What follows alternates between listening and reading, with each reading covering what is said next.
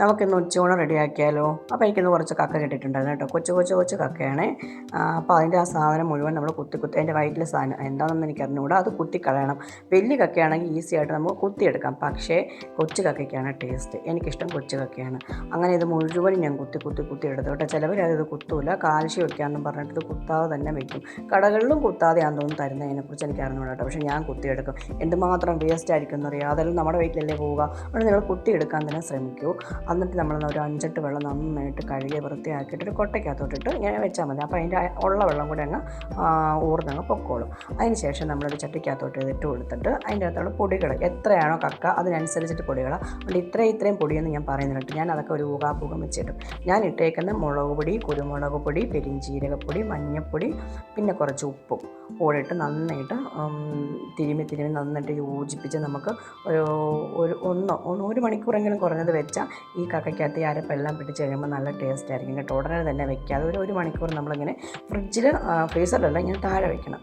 അപ്പോഴത്തേക്ക് നമ്മൾ ഉള്ളിയൊക്കെ അരിഞ്ഞ് വരുമ്പോഴത്തേക്ക് തന്നെ സെറ്റായിട്ടിരിക്കും കേട്ടോ. അങ്ങനെ ഞാൻ അതെല്ലാം കൂടെ കൂട്ടി യോജിപ്പിച്ച് തത്തിപ്പൊത്തി ഫ്രിഡ്ജിൽ വെച്ചു.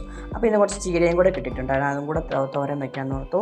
എന്നിട്ട് ഞാൻ ഇതിന് കക്കയ്ക്ക് നമുക്ക് സവാള, പിന്നെ വെളുത്തുള്ളി, ഇഞ്ചി, പച്ചമുളക് അതെല്ലാം കൂടെ നന്നായിട്ട് വഴറ്റണം കേട്ടോ.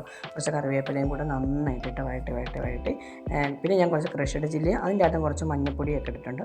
പിന്നെ മുളക് പൊടി ഇനി നിങ്ങൾക്ക് വേണമെങ്കിൽ ഇടാം. ഞാൻ പക്ഷേ ഇവിടെ പച്ചമുളക് ഇട്ടുകൊണ്ട് മുളക് പൊടി പിന്നെ ഇട്ടില്ല കേട്ടോ. എന്നിട്ട് നമ്മൾ ഈ ഫ്രിഡ്ജിൽ നിന്ന് കക്കയും കൂടെ എടുത്തിട്ട് നന്നായിട്ടൊന്ന് പൊത്തി വെച്ച് നന്നായിട്ട് വേവിച്ചെടുക്കണം. വേവിച്ചെടുത്തതിന് ശേഷം മാത്രം വേറൊരു പാൻ എടുത്തിട്ട് അത് നമ്മൾ കഴിക്കുമ്പോൾ മതി കേട്ടോ. എന്നിട്ട് വേറൊരു പാൻ എടുത്തിട്ട് കുറച്ച് വെളിച്ചെണ്ണ ഒഴിച്ച് എന്നിട്ട് ഈ വെന്തിരിക്കുന്ന കക്ക ഇതിൻ്റെ അകത്തോട്ടിട്ട് നന്നായിട്ട് ഫ്രൈ ചെയ്തെടുത്താലുണ്ടല്ലോ എന്താ ടേസ്റ്റ്.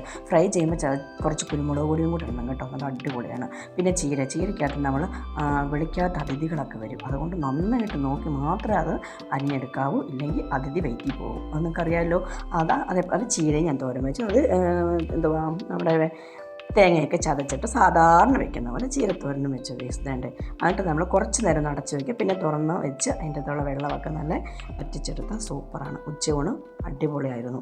ചോറ്, കക്കയിറച്ചി, പിന്നെ ചീരത്തോരൻ, അച്ചാറും കൂട്ടി ഒന്ന് ഉച്ചയ്ക്ക് ലാവിഷായിട്ട് ചോറ് കഴിച്ചു ഗൈസ്. നിങ്ങൾക്ക് എല്ലാവർക്കും എൻ്റെ ചാനൽ ഇഷ്ടമാണെങ്കിൽ എല്ലാവരും ഒന്ന് സബ്സ്ക്രൈബ് ചെയ്ത് സഹായിക്കും.